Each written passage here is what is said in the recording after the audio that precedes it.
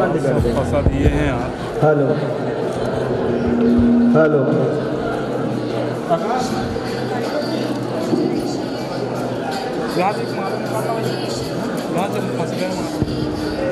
Hello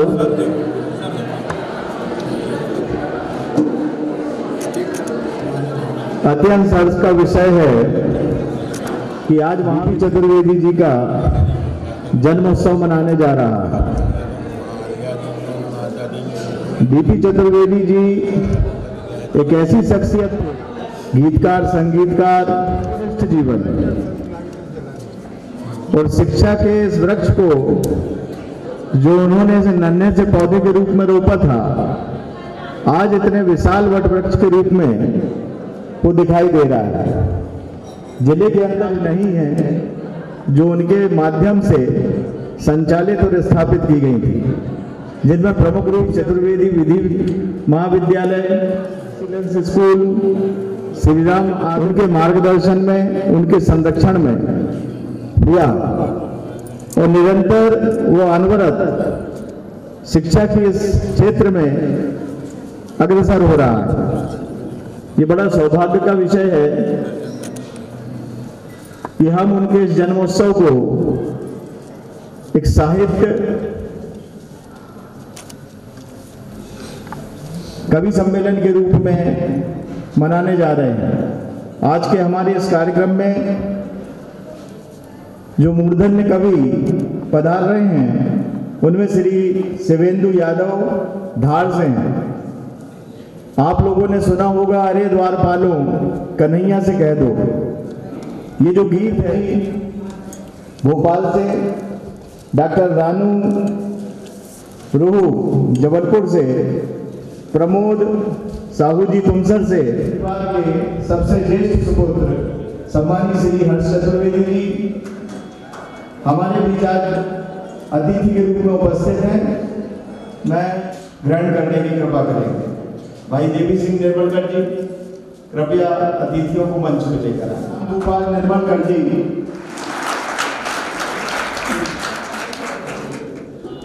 Shri Nathram जी धुर्वे का पुष्पहार से स्वागत करेंगे।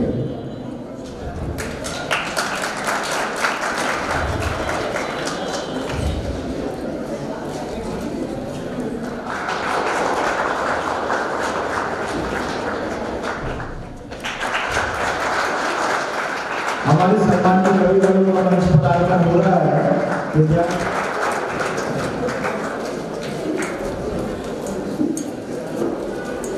महाविद्यालय परिवार की ओर से आपका इस जन्म में स्वागत की इस कड़ी में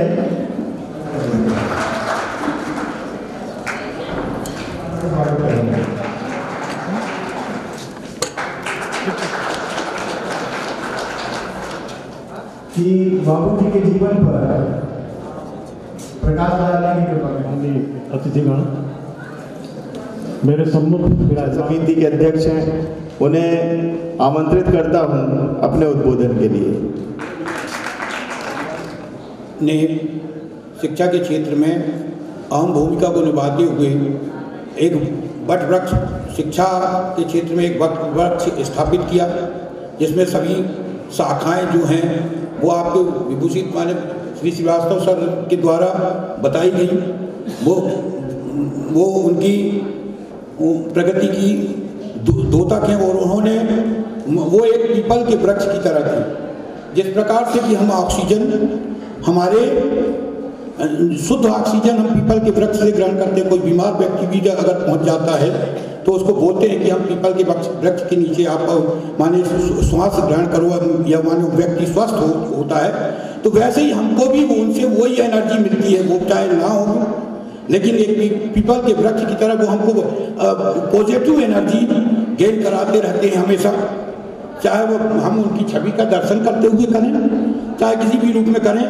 और इस कर्मभूमि में हमको कर्म को संपादित करने के लिए उन्होंने विशेष विशिष्टता दिखलाई हमको। और हमें ये भी बताया, हम जब हमने उनको देखा है बचपन में, जब ग्रामीण के स्कूलों में जब वो पढ़ाते थे, तो उस समय पे गाँव से जब पगडंडियों के सहारे, अभी तो रोडें बन गई हैं प्रधानमंत्री योजना के अंतर्गत, तो कीचड़ वगैरह से माने ऐसे गांव की कस्बों से जो रोड आती थी उससे गांव के लोग जो किसान वगैरह थे उनको फ्री ऑफ कास्ट वो शिक्षा देते थे सभी माने बच्चों को।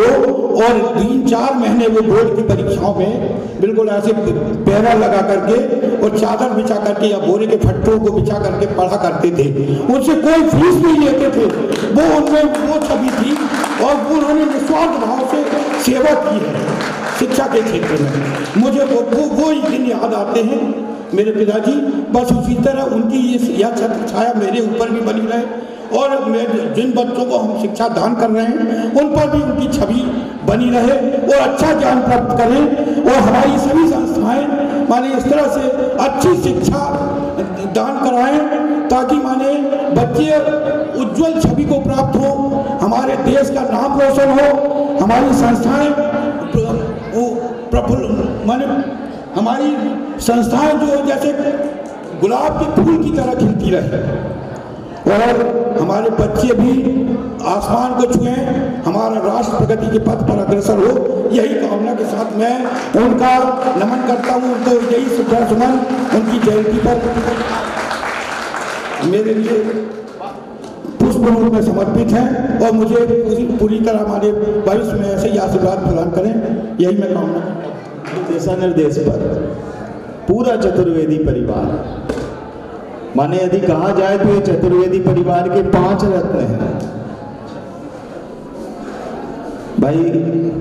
हर्ष चतुर्वेदी जी, डॉक्टर के चतुर्वेदी जी, डॉक्टर राम कुमार चतुर्वेदी जी, डॉक्टर अजय चतुर्वेदी जी, प्रद्युम्न चतुर्वेदी जी और उनकी जीवन संगनी अर्धांगिनी सारे के सारे एक शिक्षा के लिए समर्पित और इतनी तन्मयता से नर्सरी से लेके महाविद्यालयीन स्तर की शिक्षा, तकनीकी शिक्षा, व्यावसायिक पाठ्यक्रम और बच्चों को शिक्षा के लिए नहीं जिसकी आज महती आवश्यकता है, शिक्षा के साथ साथ संस्कार, ये दोनों बातें यदि कहीं मिलेगी तो डीपीसी एजुकेशन ग्रुप में मिलेगी। और ये उनका आशीर्वाद है कि आज भी अनवरत उनके नाम को इस शिक्षा के माध्यम से उन चतुर्वेदी परिवार ने जीवंत रखा है। किसी ने बहुत अच्छी बात कही है कि है समय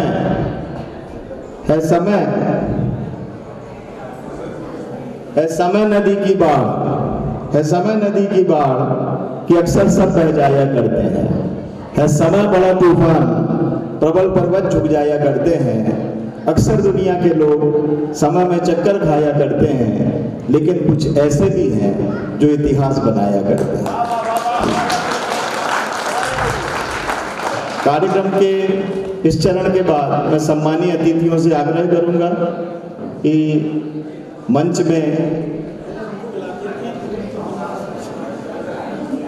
भाई देवी सिंह निर्मलगढ़ जी। मुक्त प्राणों का अटल विश्वास है बाबूजी, हम सभी को वेदनाओं से मुक्त रखते हैं, कोटि कोटि कंठ की श्वास है बाबूजी, कोटि कोटि कंठ की श्वास है बाबूजी। आज हमारे बीच में नेवी अधिकारी, सेवानिवृत्त अधिकारी ओम प्रकाश यादव जी उपस्थित हैं। मैं उनका हृदय से अभिनंदन करता हूँ। हमारे बीच में वरिष्ठ कवि शिवेंद्र यादव जी हैं जो धार से पधारे हैं, मैं उनका हृदय से अभिनंदन करता हूँ।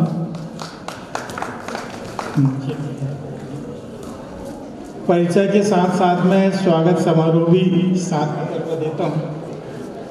संस्था के वरिष्ठ सदस्य श्री एच.के. चतुर्वेदी सर से अनुरोध करूंगा कि वो उनका स्वागत पुष्पहार से और आपके कार्यकाल में ऐसे रचनाकार आपके बीच में आपके साथ कविता का रसास्वादन कराएंगे। उनका हृदय से अभिनंदन के साथ में या बड़ी सी कलमकार कहें, मात्र शक्ति हमारे बीच में बैठी हैं डॉक्टर रानू रूही, जो साहित्य में एक अपनी अलग पहचान रखती हैं, बहुत अच्छी गीत और गजल की गायिका। मैं इनके स्वागत के लिए हमारे महाविद्यालय की प्रोफेसर निधि चतुर्वेदी से अनुरोध करूंगा कि वे आए और ससम्मान डॉक्टर रानू रूही जी का स्वागत करें। कई किताबें इन्होंने लिखा। घनश्याम मैथिल जी साहित्य अकादमी, दुष्यंत कुमार गजल संग्रह, हिंदी प्रचार समिति, हिंदी विभाग, तुलसी साहित्य मंच, भोपाल के प्रत्येक साहित्य मंचों में अपनी सहभागिता के साथ में लघु कथा के बहुत अच्छे जानकार, हास्य व्यंग्य के कर्मठ व्यक्तित्व घनश्याम मैथिल जी के स्वागत के लिए मैं आमंत्रित करता हूं देवी सिंह निर्मलकर जी को। और सारे देश में राष्ट्रीय कवि के रूप में ख्याति प्राप्त, मैं उनके स्वागत के लिए व्यक्तित्व बैठे हैं। बहुत अच्छे से ऐसा लग रहा है कि कुंभ के मेले से स्नान करके पूजा पाठ करते हुए यहाँ पे आए। आदरणीय सफर जौनपुरी जी के स्वागत के लिए मैं उनके बहुत ही कलीग श्री अखिलेश यादव जी से अनुरोध करूंगा कि वे उनका स्वागत करें। हमारे महाविद्यालय को, विधि महाविद्यालय को संचालित करने में बड़ी अच्छी महत्वपूर्ण भूमिका दी है। मैं इनके स्वागत के लिए सफर जौनपुरी जी से अनुरोध करूंगा कि वे उनका स्वागत पुष्पहार से करें।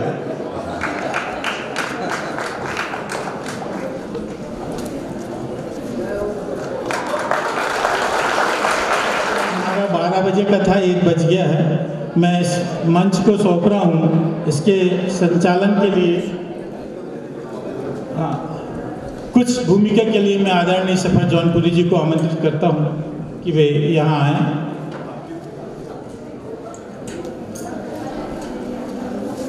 सम्मानीय मेरे गुरुवर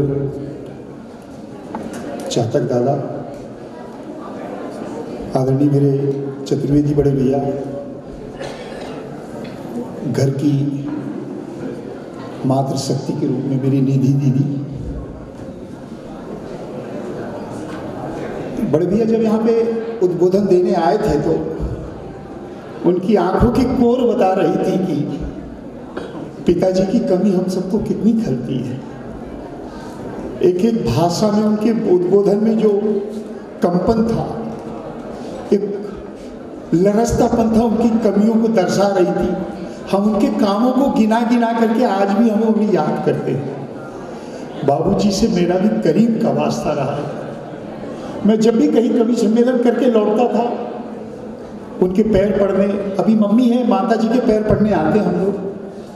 अभी पत्नी ने मिसेस होके गई अभी, हम लोग कुंभ करने गए, वहां से लौट के आए तो बोले जा रहे तो मैया के लिए कुंभ का जल और परिवार के लिए उज्जैन का धागा प्रसाद मैं लेके आया हूँ गाड़ी में, परिवार के लिए भेजी उन्होंने कुंभ का जल वगैरह।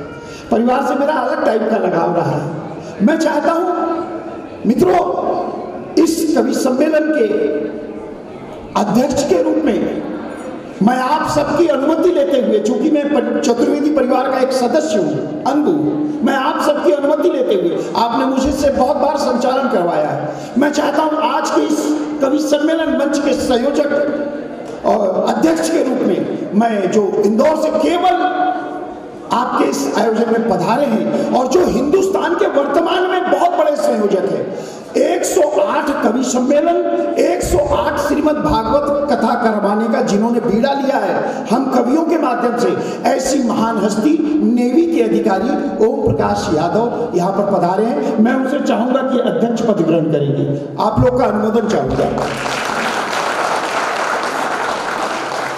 मित्रों, आज वो अपने मिशन में कवि सम्मेलन क्यों कराते रहते हैं? ऐसी जो गुम हो चुकी हस्तियां हैं, पिताजी जैसी जो गुम हो चुकी हस्तियां हैं, शहीद हैं, उनको जगह जगह याद किया जाए, चौक पर याद किया जाए, बस्तियों में याद किया जाए।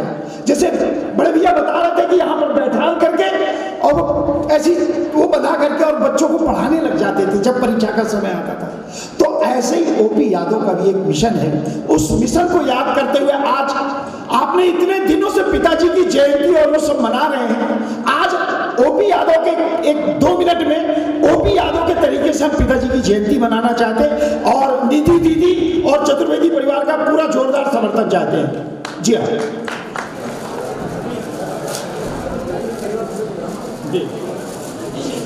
आइए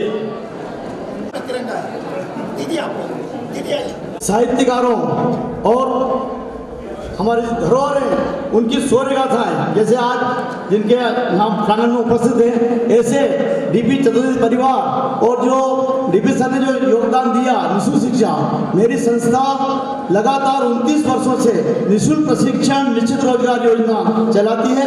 प्रधानमंत्री कौशल विकास योजना, मुख्यमंत्री कौशल संवर्धन योजना, SC, ST, OBC जैसी शिक्षा के लिए मैंने 25 साल तक लगातार काम किया।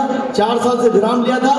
पुनः 8 मार्च अंतर्राष्ट्रीय महिला दिवस से हम ये कार्यक्रम शुरू कर रहे हैं और मेरे मुख्य केंद्र के साथ कम से कम 20-25 अधिक सेंटर होंगे और जो बाबूजी का सपना है निःशुल्क प्रशिक्षण निश्चित रोजगार, उस पर हम फिर से पुनः अपना योगदान देंगे।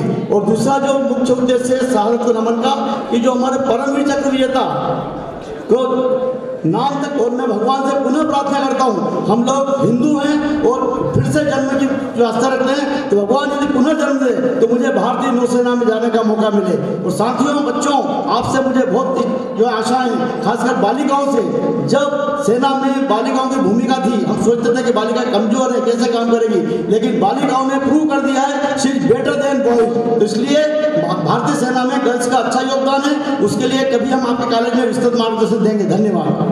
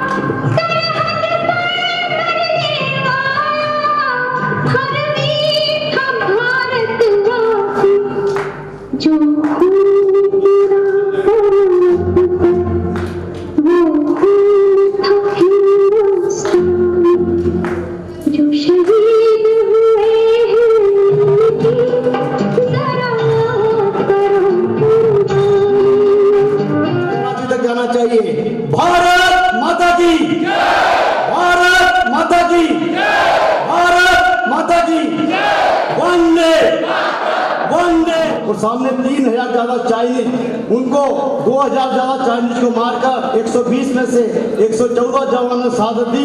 उनको नमन करते हुए मैं अपने कार्यक्रम और अग्निवीर एक बात कहना चाहूंगा, अग्निवीर जो योजना है सबसे महत्वपूर्ण योजना है, उस पर आप लोग ध्यान दें और उसके बारे में विस्तृत मार्गदर्शन आपके कॉलेज में किसी दिन और आगे करेंगे। धन्यवाद। मित्रों, मैं आज अनुमोदन को स्वीकार किया है।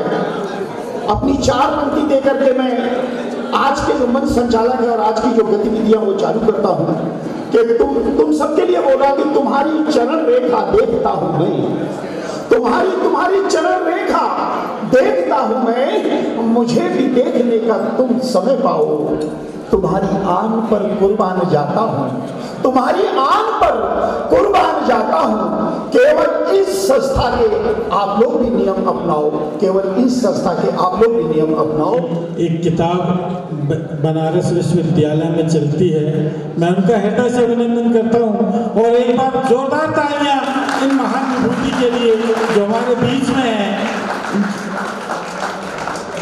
बहुत सभी का हृदय से अभिनंदन करता हूँ। प्यारे बच्चों, आज का जो कार्यक्रम है, ये कार्यक्रम पिताजी के समय से चलता आ रहा है, तो इसे बंद करना हमारे लिए तो नहीं है, पर इसको और विस्तृत करने का हमारा एक आह्वान है।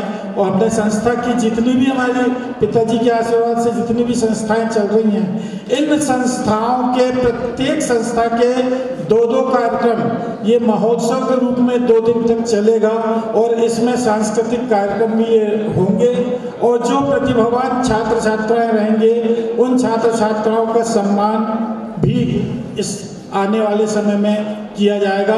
इनका आशीर्वाद हम पर बना रहे। मैं मंच सौंपता हूं आज के संचालन के लिए श्री घनश्याम मैथिल जी को। जैसे आदरणीय डॉक्टर राम कुमार जी चतुर्वेदी, मैं चाहूँगा कि मैं उनका भी एक पुष्पहार से स्वागत।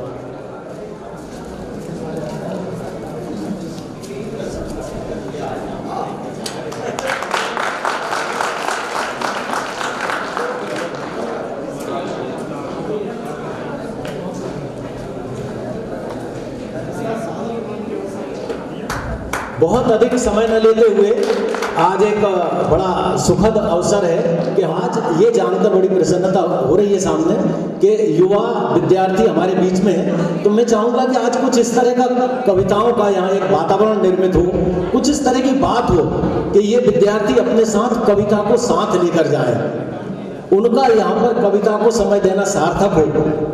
तो मित्रों, जैसा कि पूर्व में भी परिचय दिया जा चुका, एक बार मैं फिर पुनः बता दूं कि आपके बीच में डॉक्टर रानू रूही जबलपुर से हमारे बीच आई हुई हैं, उनका स्वागत और अभिनंदन है। इसके पश्चात इसी क्रम में प्रमोद साहू जी पारखी, बहुत ही पारखी हैं अपनी रचनाओं के, कविताओं के, और फिर आप भी पारखी के रूप में यहाँ पर श्रोता बैठे हुए हैं। वे तुमसर महाराष्ट्र से हमारे बीच आए हैं। हम उनका भी आज इस महत्वपूर्ण काव्य रस की अवसर पर अभिनंदन और स्वागत करते हैं। आदरणीय पारखी जी का शिव शैलेंद्र, जैसे कि आप पहले भी पूर्व में परिचय में कहा जा चुका है कि अंतर्राष्ट्रीय स्तर के भजन जिससे उनको ख्याति मिली और लखा जी ने उनके भजन को गाया।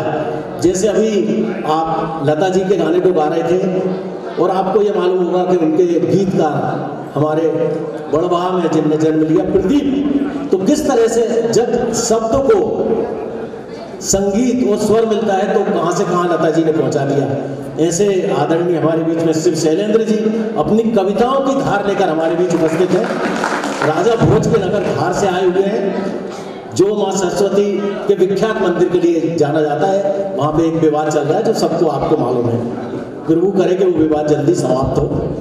इसी क्रम में आचार्य सफर जौनपुरी जी लगातार कविताओं के माध्यम से अपने सफर में रहते हैं, जौनपुर से हमारे बीच पुनः पधारे हैं। हम उनका भी स्वागत और अभिनंदन करते हैं। साहित्य की सभी विधाओं में विसर्जन करते हैं।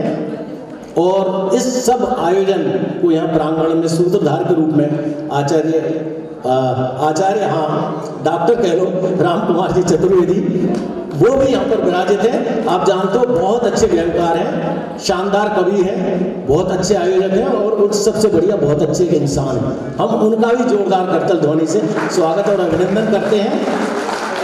और अब मैं आज की इस कवि गोष्ठी अखिल भारतीय कवि सम्मेलन उसको प्रारंभ करने के लिए सर्वप्रथम माँ सरस्वती वीणा पाणी की वंदना के लिए डॉक्टर रानू रूही को आमंत्रित करता हूँ। वे भेड़ाघाट के नगर से हमारे बीच आई हैं, माँ नर्मदा के किनारे से। वे आए और हमारी माँ वीणा पाणी का आह्वान करें। रूही जी, जोरदार तालियों से स्वागत है, अभिनंदन।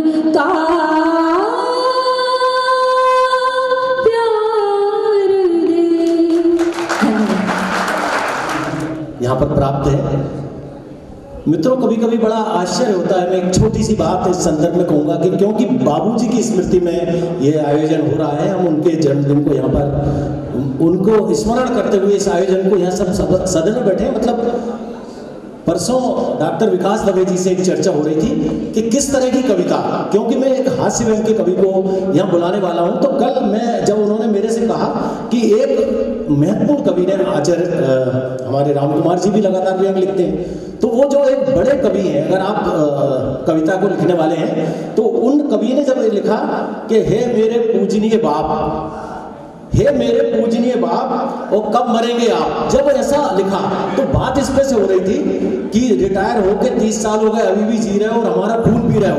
तो उन्होंने कहा नहीं भैया, व्यंग ऐसा नहीं होना चाहिए। उन्होंने कहा कि व्यंग कुछ ऐसा हो कि जो समाज को संदेश दे, जो कुछ कोरे दे। व्यंग ऐसा तो नहीं हो कि आपको कम से कम इस तरह का ये मेरे बाप अगर आप कह रहे हो और जनता हंस रही है, तो कहीं ना कहीं हम जनता को कविता के माध्यम से मार्ग से भटका रहे हैं। तो हमको कोई व्यंग तो करना है, पर ऐसा व्यंग करना है कि जहाँ पे हमें प्रहार करना वहीं प्रहार करना है। तो मैं ये चाहूँगा कि हमारे मंच के कवि इस बात का ध्यान रखें कि मंच पे हल्कापन ना आ पाए। कम से कम हमारे कम विद्यार्थी हैं, हमारे शिक्षक जुड़े हुए हैं, भी लेके जाएं इस बात को कि उनको ऐसा लगे कि नहीं व्यंग ऐसे भी कहा जा सकता है। तो दोस्तों हमारे बीच प्रमोद साहू पारकी हैं, वे कैसे हास्य और व्यंग की त्रिवेणी को यहाँ पर आपके सामने प्रवाहित करेंगे। जोरदार तालियों से आप उनका स्वागत कीजिए। तुम सर से हमारे बीच पधारे हैं, वे आएँ और आज के इस आयोजन को यादगार आयोजन बना दे। अभिनंदन और स्वागत है। जैसे यहाँ सत्तारण की कथा हो रही है तो हम आते हैं। अब घर में इज्जत मिले तो मंच पे क्यों आए? अब घनश्याम जी ने मुझे साहू करके बुलाया, बहुत अच्छा लगा। सब मुझे साहू समझते, प्रमोद साहू, सब साहू करते, लेकिन मेरी पत्नी मुझे राहुल कहती है। विडंबना है। अच्छा, मुझसे कुछ एक विशेष अंतर रखती हो, ना पास आती ना दूर जाती है। मैंने उस दिन पूछ बैठा कि बतला तू ना मेरे पास आती है ना दूर रहती है, बात क्या है? तो बोले नहीं मैं तो ऐसे ही ठीक हूँ, क्योंकि आपके लिए तो बोले कबीर ने कहा के गए कि कबीरा खड़ा बाजार में मांगे सबकी खैर, ना साहू से दोस्ती ना साहू से बैर।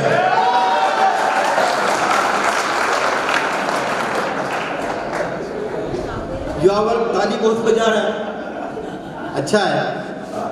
मैं क्योंकि ये हम जो इकट्ठे हुए हैं आज ब्रह्मलीन सद्य है पंडित जी की जयंती के अवसर पर,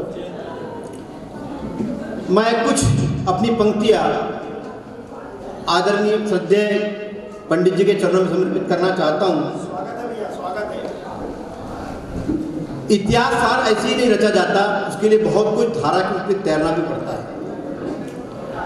जो दुर्गम और कंटकमय थी, जो दुर्गम और कंटकमय थी वही राहें तुमने स्वीकारी। जो दुर्गम और कंटकमय थी वही राहें तुमने स्वीकारी।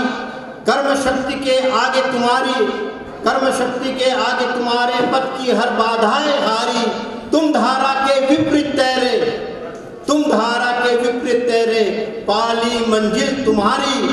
और आपके ही पद चिन्हों पर, आपके ही पद चिन्हों पर चल पड़े हैं अगणित चरण। हे कर्मयोगी मानस के हंस, वंदन तुम्हें शत शत नमन, वंदन तुम्हें शत शत नमन, वंदन तुम्हें शत शत नमन। साहब यहाँ विद्यार्थी भी बैठे हैं, उनके लिए चार पंक्तियां करना चाहता हूँ कि फूल हो पराग हो मकरंद हो तुम्ही, फूल हो पराग हो मकरंद हो तुम्ही। जग को महकाए वो सुगंध हो तुम्ही। और भापा कलाम सारा तुम्ही में है छिपे, भाभा कलाम सारा विक्रमादित्य भाई सारा सारा भाभा कलाम सारा तुम्ही में है छिपे। नरेंद्र हो तुम्ही, विवेकानंद हो तुम्ही।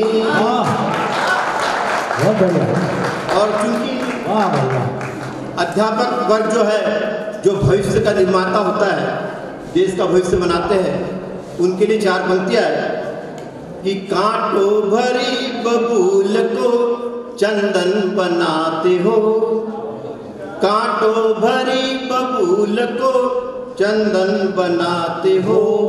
पारस हो तुम तो लोहे को कुंदन बनाते हो। चाणक्य चाणक्य हो सांदीपनी, द्रोण हो तुम्ही। अनगढ़ को चंद्रगुप्त, कृष्ण अर्जुन बनाते हो। अनगढ़ को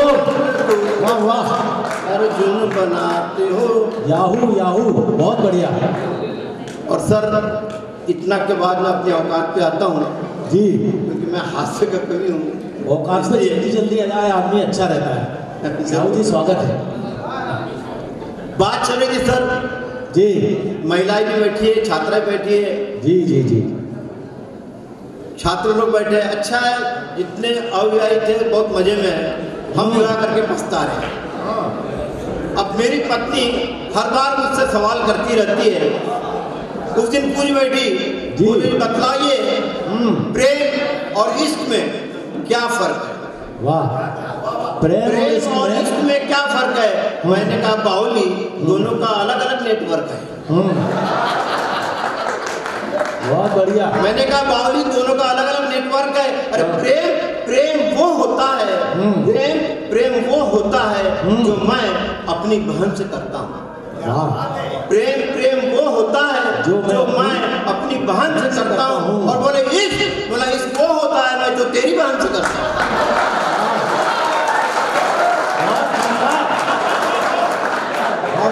जी, अच्छा, एक दिन उसने मुझसे और प्रश्न पूछ लिया। बोली बताओ,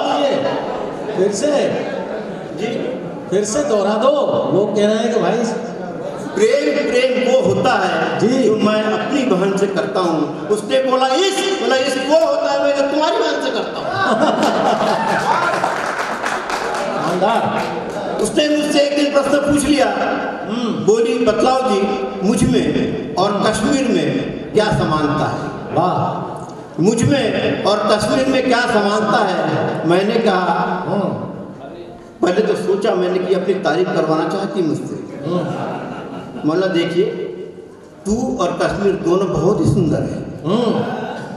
बोला और क्या समानता है? बोला दोनों समस्या है, तू मेरे लिए और कश्मीर देश के लिए। वो बोली और क्या समानता है? बोला देख, दोनों पर पड़ोसी की बुरी नजर रहती है।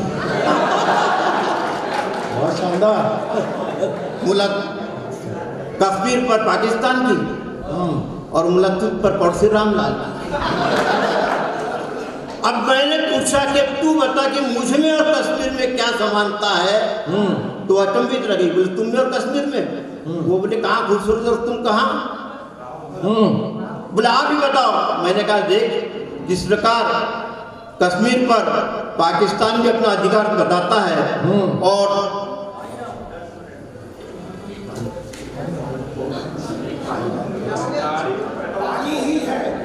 पानी है, मैं लगा जिस प्रकार कश्मीर पर पाकिस्तान और भारत दोनों अपना अधिकार जताते हैं, वैसे ही मुझ पर तू और माता, मेरी माता, दोनों अपना अधिकार जताते हैं। सच कहता हूँ, मैं तो कश्मीर की तरह कट गया हूँ और तुझ में और माता जी में कश्मीर की तरह ही बढ़ गया हूँ। कश्मीर की तरह ही बढ़ गया। एक विडंबना है, हर कोई जो विवाहित है और माँ और पत्नी है, वो दोनों उसके बीच में कश्मीर की तरह ही बटा हुआ है। और एक बार उनसे प्रश्न पूछ बैठी, बतलाओ जी, दुख और सुख में कितना फर्क है? बहुत ही आध्यात्मिक सवाल, मैंने भी उत्तर ठोक दिया। फर्क 3 साल। जैसे आप चौंके वो भी चौंकी। मैंने भी उत्तर ठोक दिया कि फर्क 3 साल। जैसे आप चौंके वो भी चौंकी। गुर्राई, मुझ पर चिल्लाई, बोले कि एक कैसा उत्तर है, एक कैसा तर्क है? मैंने कहा सच कहता हूँ, तुझ में और तेरी छोटी बहन में 3 साल का ही तो फर्क है। बहुत शानदार। अलग अलग घटना हो जाती साहब। उस दिन काम वाली 3 दिन तक नहीं आई और 3 दिन के बाद जब वो आई तो मेरी पत्नी उस पर चिल्लाई। बोली क्यों रही? एक तो बिना बताए गई थी और 3 दिन के बाद आ रही है। वो बोली नहीं मैम साहब, मैंने तो साहब के व्हाट्सएप पर मैसेज किया था कि 3 दिन नहीं आऊंगी और साहब ने भी तो रिप्लाई था, गुलाबो आई मिस यू। अब यह सुनकर पत्नी तमतमाई, मेरे पास आई, बोले है जी सुन लो, मैं इसके रोज की किचकिच से आ गई हूँ तंग। मैं इस कामवाली की रोज की किचकिच से आ गई हूँ तंग। और इससे तो अच्छा है कि 1000 रुपये मुझे ही देना, मैं ही मान लूंगी बर्तन। तालियां तो अब बजी चाहिए। ये सुनकर मैं बोला भाग्यवान, भाग्यवान बात तो तेरी सही है, लेकिन मैं इस बात से डरता हूँ कि लालच तुझे कहीं जकड़ ना ले और रुपया कमाने के चक्कर में तू 2-4 घर और ना पकड़ ले।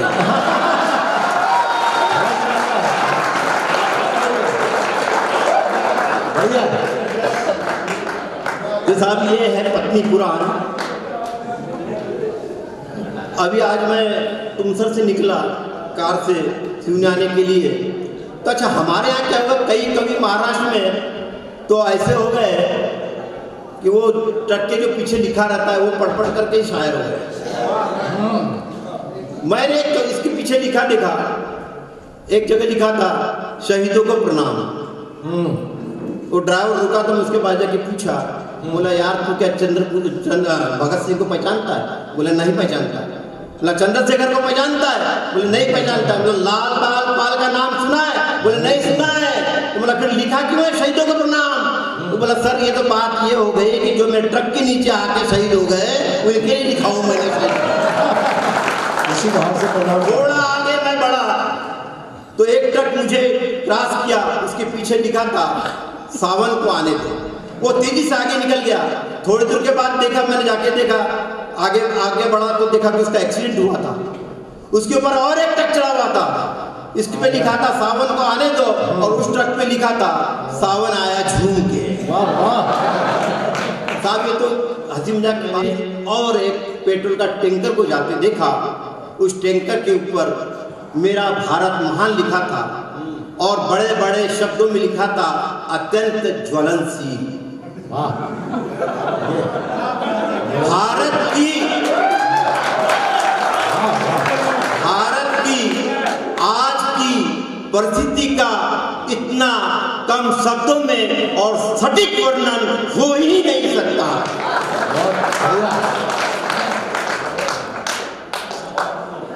अलग अलग बातें हो जाती है। मैं समय जी आवाज आ रही। मैं एक जादूगर के माध्यम से अपनी बात रखना चाहता हूँ। देश की विडंबना है, देश की समस्या है, और जो भी विषमता है देश की, वो मैं जादूगर के माध्यम से बांधने की कोशिश की उनको।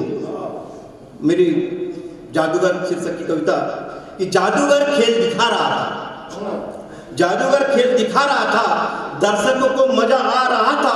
उसने अपना अगला आइटम दिखाया, किसी जानवर का धड़, किसी का पांव, किसी का सर लिया और एक अलग ही जानवर बनाया। उसने अपना अलग आइटम दिखाया, किसी का पांव, किसी का सर, किसी और अलग ही जानवर बनाया। दर्शकों ने तालियां बजाई, लेकिन एक दर्शक को उसकी ये जादू रास न आया। वो बोला ये भी कोई जादू है? वो बोला ये भी कोई जादू है? अरे इससे अच्छा जादू तो देश के राजनीतिक दल हमेशा दिखाते हैं। किसी का सर, किसी का हाथ, किसी का पांव मिलाते हैं, और इन सब से मिलकर जो नया जानवर लेता है आकार, उसे हम कहते हैं गठबंधन सरकार। इसे हम कहते हैं गठबंधन सरकार। और हमारे महाराष्ट्र में तो ये हमेशा होता ही रहता है चमत्कार। अभी वो शिवसेना का एक टुकड़ा लिया गया, एक राष्ट्रीय दल का, राष्ट्रीय कांग्रेस का टुकड़ा लिया और एक नई सरकार बनाई। जादूगर ने दूसरा खेल दिखाया। उसने एक कन्या को टेबल पर लिटाकर आरी से काटा और 2 टुकड़ों में बांटा। जादूगर ने दूसरा खेल दिखाया। उसने एक कन्या को टेबल पर लिटाकर आरी से काटा, 2 टुकड़ों में बांटा। ये खेल देखकर वो दर्शक बोला, ये खेल देखकर वो दर्शक बोला, इससे अच्छा जादू का कारनामा तो हमारे धर्मों मजहब के ठेकेदार और नेता दिखाते हैं। जादूगर तुमने तो एक जिस्म को सिर्फ 2 टुकड़ों में बांटा है। जादूगर तुमने तो एक जिस्म को सिर्फ 2 टुकड़ों में बांटा है। वे धर्म, प्रांत, भाषा के नाम पर समाज को, देश को टुकड़ों टुकड़ों में कटवा देते हैं। अरे तुम शरीर को टुकड़ों में बांटते हो, वे आत्मा जमीन तक को बंटवा देते हैं। वे आत्मा जमीन तक को बंटवा देते हैं, जमीन तक को बंटवा देते हैं। फर्क सिर्फ इतना है, फर्क सिर्फ इतना है, इस कन्या को फिर से जिंदा कर देगी, टुकड़ों को जोड़ देगी। इस कन्या को फिर से जिंदा कर देगी, टुकड़ों को जोड़ देगी। तुम्हारे कथित जादू की शक्ति और हमें हमें फिर से एक करती है। हमारे अंदर की जिजीविषा, हमारे आदर्श, हमारी पुरातन संस्कृति हमें फिर से एक करती है। हमारी जिजीविषा, हमारे आदर्श और हमारी पुरातन संस्कृति। जादूगर हमें ना भरमाओ, कोई अच्छा सा खेल दिखाओ। अब जादूगर ने एक बौने को मशीन में डाला और 6 फुट का करके निकाला। अब जादूगर ने एक बौने को मशीन में डाला और 6 फुट का बनाकर निकाला। दर्शक बोला ये भी कोई जादू है, ये जादू की तस्वीर तो भारत की हर सरकार ने हमेशा दिखाई है। और सुरसा के मुंह की तरह जिसे लंबा कर बढ़ाती है, सुरसा के मुंह की तरह जिसे लंबा कर बढ़ाती है, उसका नाम महंगाई है, उसका नाम महंगाई है। अब जादूगर झल्लाया, उसने अपना एक हाथ और एक पांव गायब करके बताया। वह दर्शक फिर से बोला, वही दर्शक फिर से बोला, मैं भी ये खेल दिखाऊंगा। वो दर्शक फिर से बोला, मैं भी ये खेल दिखाऊंगा और अपना पेट गायब करके बताऊंगा। और देखकर दर्शकों ने दांतों तले उंगली दबा ली। पेट और छाती और उसके बीच में रीढ़ की हड्डी सारी जगह दिखाई।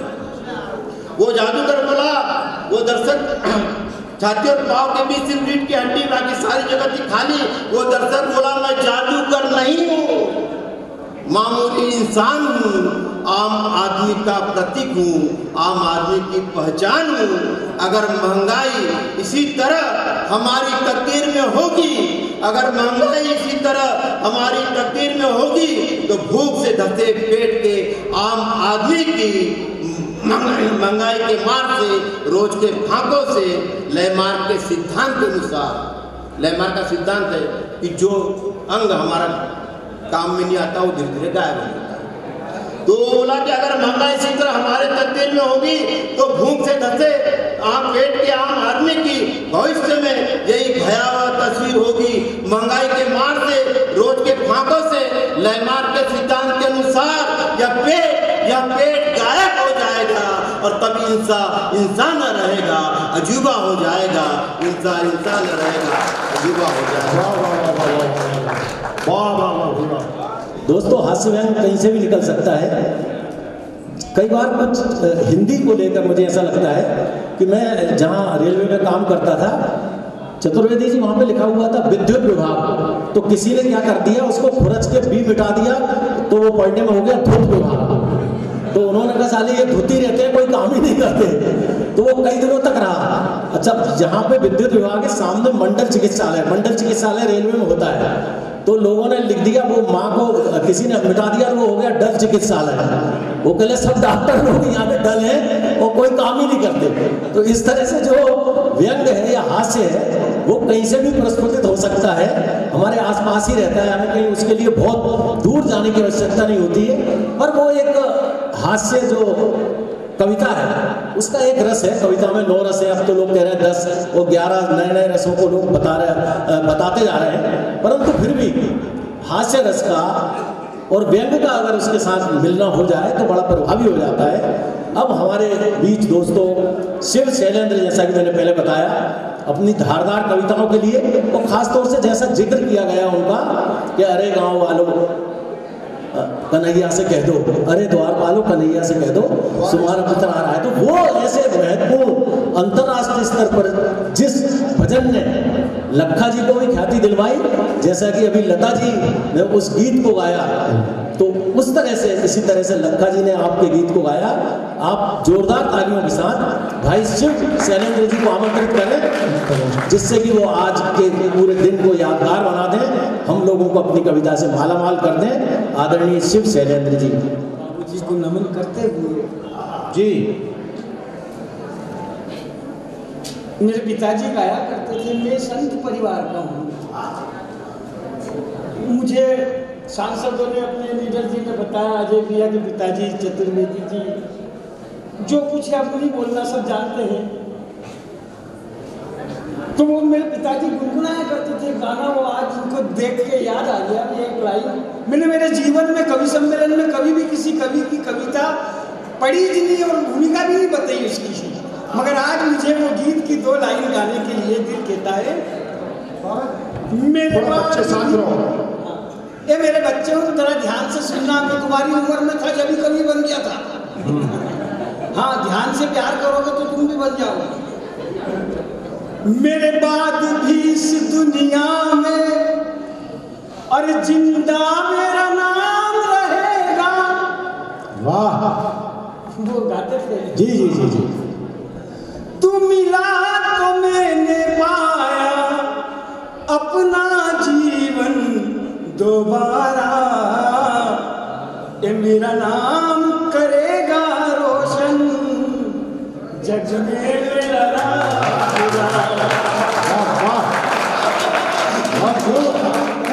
कवि हो गए। मेरे पास गीत नहीं था, एक पढ़ाई का गीत, एक पढ़ाई की धुन।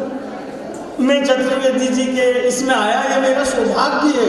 नहीं तो मैं कहीं जाता हूँ कविता पढ़ने तो मेरा दुर्भाग्य होता है। लोग पैसे देते हैं, हाथ डाल के कविता सुनते ही नहीं।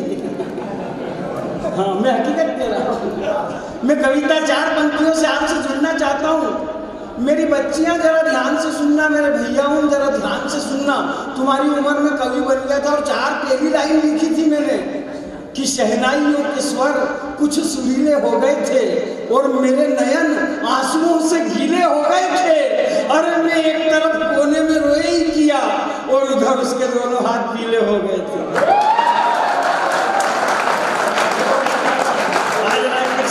तुम उधर से रिटर्न मारोगे तो मैं कुछ बोल पाऊंगा। ठीक ठीक ठीक ठीक ठीक ठीक। हाँ, ये तो भैया का आमंत्रण था तो मैं आ गया। नफरत मिले तो प्यार के सांचे में ढाल दो, सारी बुराई तुम अरे मन से निकाल दो। मैं एक कवि हूँ, अरे मुझे दुख से ही प्यार है, अरे लाओ तुम्हारे दुख मेरी झोली में डाल दो। साहित्य को रचता हूँ अपना रक्त घोलकर, इसे सौंपता हूँ मैं अरे अपनी हस्ती को ढोलकर। लोग समझे या ना समझे मेरे भाव को, मैं तो रत्न हिलाता हूँ सागर टटोल कर। आंखों में नहीं आंसू इस बात का रोना है। आंखों में नहीं। मेरे बच्चे होंगे पंक्ति में बस यही कविता मैंने सबसे अच्छी लिखी है जी, कि मेरी आंखों में नहीं आंसू इस बात का रोना है। सूखी है नदियां और पार भी धोना है, टूटी है नाव और पार भी होना है। अरे हम कैसे हो रहे हैं, हमें कैसा होना है, इस बात को रोते थे, इस बात का रोना। वाह वाह वाह, इस बात को रोते थे, इस बात का रोना है, इसी बात को रोते थे और इसी बात का रोना है। आंखों में नहीं आंसू इस बात का रोना है। मैं 4 पंक्तियों से कवि सम्मेलन की सुनाता हूँ। 23 मार्च को भगत सिंह का वो शहीदों का दिवस भी है इसी माह में। जी सही। और इन्होंने अभी लता जी का गा के अपने हाथ पे थरथरा दिए, नेहरू जी रो दिए थे तो अपनी क्या इच्छा जी। हाँ, जब देश में थी दिवाली और वो खेल रहे थे होली तो मुझे याद आ गई भगत सिंह राजगुरु सुखदेव का बलिदान जिंदा है। शहीदों की अरे शहादत से ये हिंदुस्तान जिंदा है। उन्होंने हंस के जो चूमा अपने फांसी के फंदे को,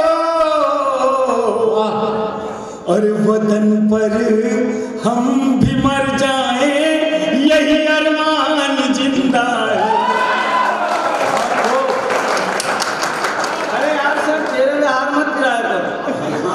ठीक है, निवेदन कर रहा हूं। कैसे चूमा था फंदा, कैसे निकले थे प्राण। लेकिन अजय भैया मैं इस पंक्तियों को लिखते समय मेरे को यह आया कि अगर भगत सिंह की जगह जब वो फंदा मेरे गले में लगाता तो मेरे भाव क्या होते, मेरे विचार क्या होते, उसमें डूब के मैंने ये पंक्तियां लिखी है। सुनना। कैसे चूमा था फंदा, कैसे निकले थे प्राण। अरे क्या उम्र भगत सिंह की, थे उसके क्या अरमान। हर दम रहेगा याद वो गुरुओं के त्याग का,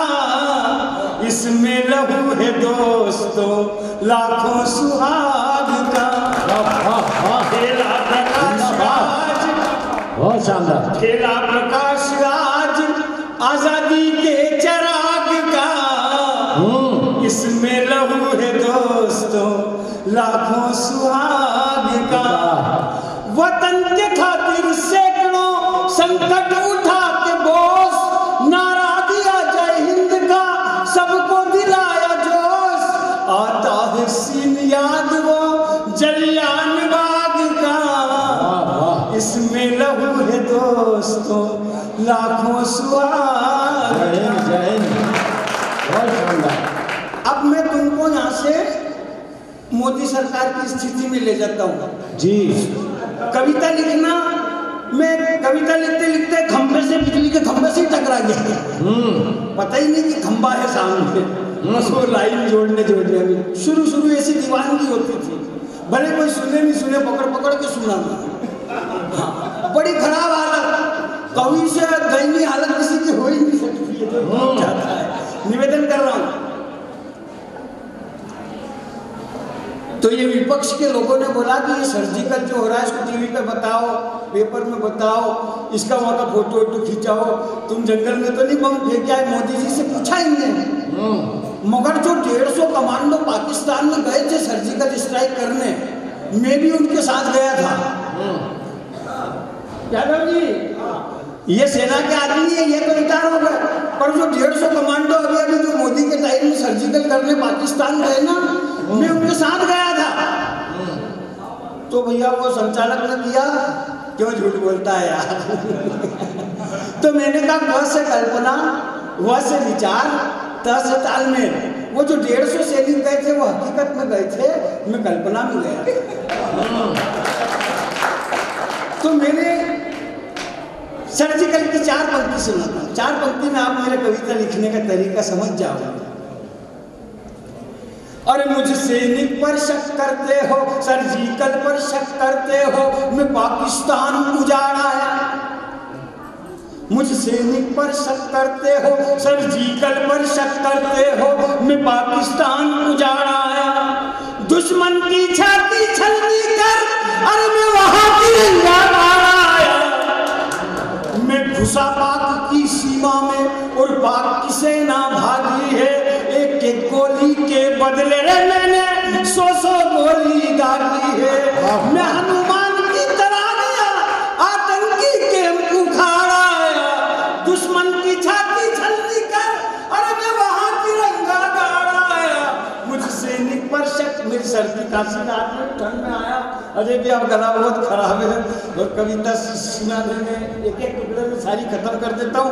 निर्णय का समय की बड़ी पाबंदी है। फिर दूसरे कवि कहेंगे ऐसे कवि को बुला लेते हो तो हमको काहे को बुलाते हो, ये उसके लिए कविता नंबर के 5 मिनट बाद में ये भी झगड़ा आता है। 4 पंक्ति शुरू कर रहा हूँ जी।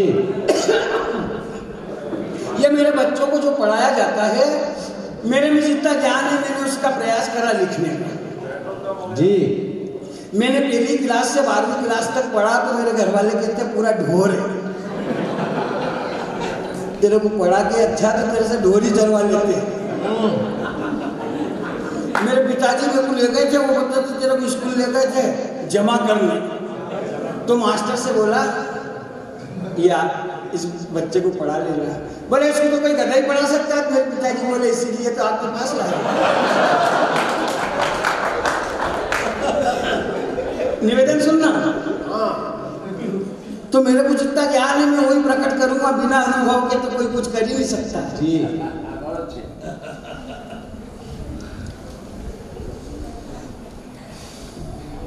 किसे सुनाऊं गम का फसाना, कोई नहीं सुनने वाला। आजादी मिलते ही हमने खून भाई का कर डाला, माँ बहनों की असमत लूटी, पिया लहू का भर प्याला। भूल न सकते जीवन भर ये फूट परस्ती की माया, व्यापारी बनकर अंग्रेजी भी भारत में था आया। उसी समय अंग्रेजों की पड़ी यहाँ काली छाया, ईस्ट इंडिया बना कंपनी जाल चारों ओर फैलाया। फूट फंसा कर भारत में भाई भाई को मरवाया, भोला भारतवासी इनकी बात समझ ही ना पाया। 100 बरस ये देश गुलाम कहलाया, वीरों ने कुर्बानी देकर देश की पलटी है काया। सन 1947 में विजय तिरंगा लहराया, विजय तिरंगा लहराया तो खुशी में हर इंसान हुआ। फिर भारत का ऊंचा सा हर देशों में सम्मान हुआ। फिर इस देश के टुकड़े हो गए, पैदा पाकिस्तान हुआ। इन टुकड़ों में भाइयों का भारी लहू लुहान हुआ। फिर नाथू के हाथों देखो बापू का बलिदान हुआ। सारा देश रोने लगा, अजब मेरे भगवान हुआ। सारा देश रोने लगा, फिर शोले नहीं पड़े ठंडे। पैदा हो गई कई पार्टी, पैदा हुए कई झंडे। प्रजातंत्र के मंदिर में बेईमान घुसे थे कुछ अंधे, और देश में जो कुर्बान हुए उनकी माता भी ने कंडे।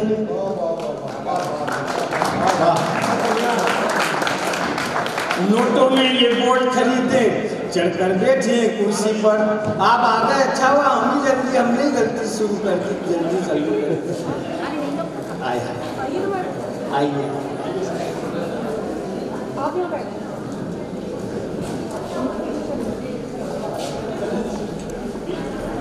लोग कहते हैं कि कविता आराम का मामला नहीं है, लहू मांगती है, पर यहाँ तो कभी पानी मांग रहे हैं। ये भी एक बहुत बड़ी बात है।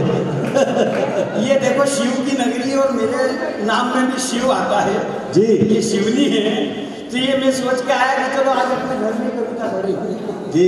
हाँ जी।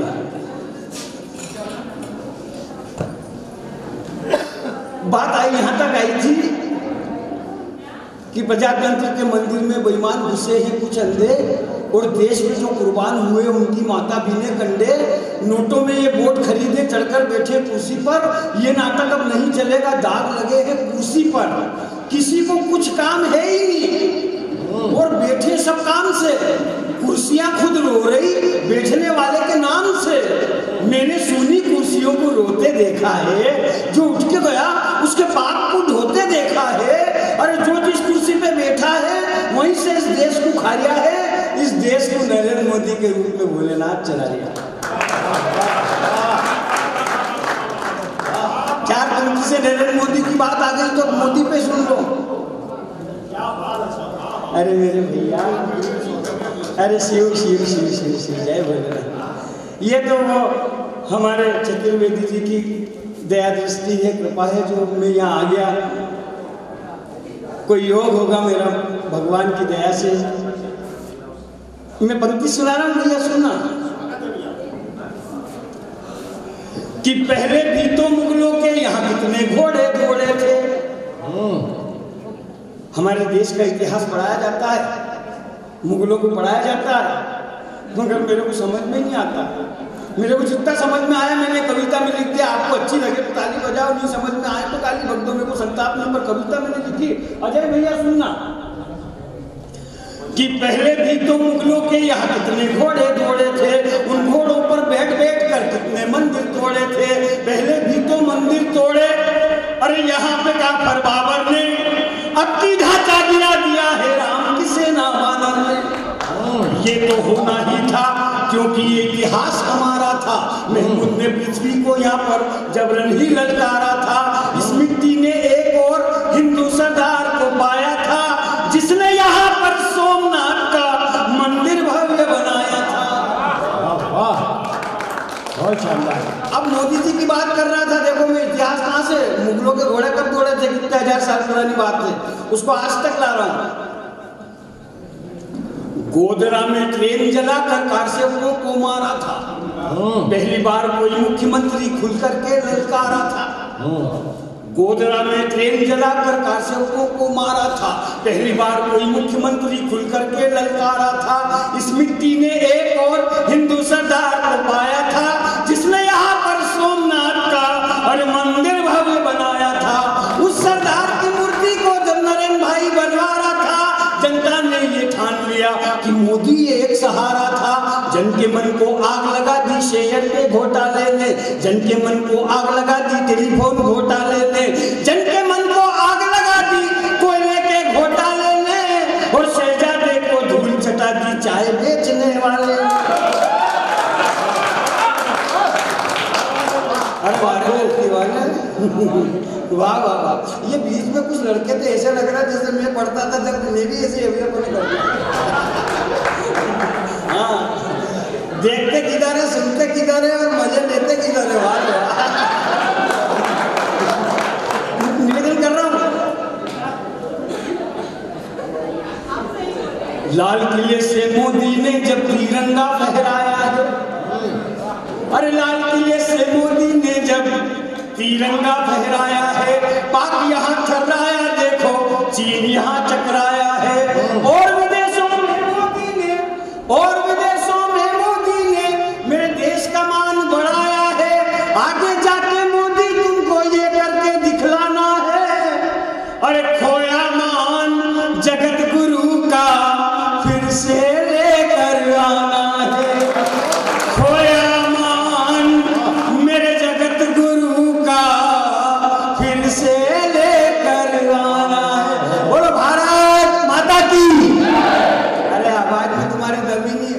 भारत माता की। अब चार पंक्ति में एक गीत की सुना के, मेरे द्वारपालों का गीत जो लखा ने गाया, उनने कलकत्ता के रविंद्र जैन के संगीत में मैंने उसको 92 में गाया, मगर उसने वहां से उठाया तो उसको रिकॉर्डिंग आदि मिली। पहले वो कैसेट घूमने वाली रहती थी, रिबिन काट के छोटी हो गई। वहां जाके जो गाया तो उसने खाली 2 ही छंद गाए हैं, मैंने उसके 8 छंद लिखे हैं। जो नहीं सुनाए वो सुना दूं कि पूरा सुना दूं? जल्दी बोलो। हाँ मेरी बेना बोलो जल्दी, जोर से हाथ ऊंचा करके बोलो। ठीक ठीक ठीक।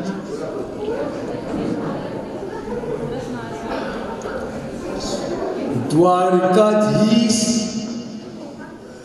तेरे द्वार कोई आया है, नयन के मोतियों को हाथ में भर लाया है। वाह। पहरेदारों से कह रहे हैं सुदामा जी, बहुत प्रसंग है उसमें। देख सुदामा की दीन दशा करुणा करके करुणा निधि रोए, बहुत बड़ी कथा है। अरे पहरेदारों कन्हैया से कहना कि द्वारे सुदामा गरीब आ गया है, और भटकते भटकते न जाने कहां से तुम्हारे महल के करीब आ गया है। पहरेदार भगवान से जाके कहते हैं, न सर पर है पगड़ी न तन पर है जामा, और बताता है वो नाम अपना सुदामा, और नहीं मान न खाता है न पीता है, बस वो कहता कन्हैया से मिल रहा है। नहीं मानता है ये मोहन से कहना कि मिलने सखा बदनसीब आ गया है।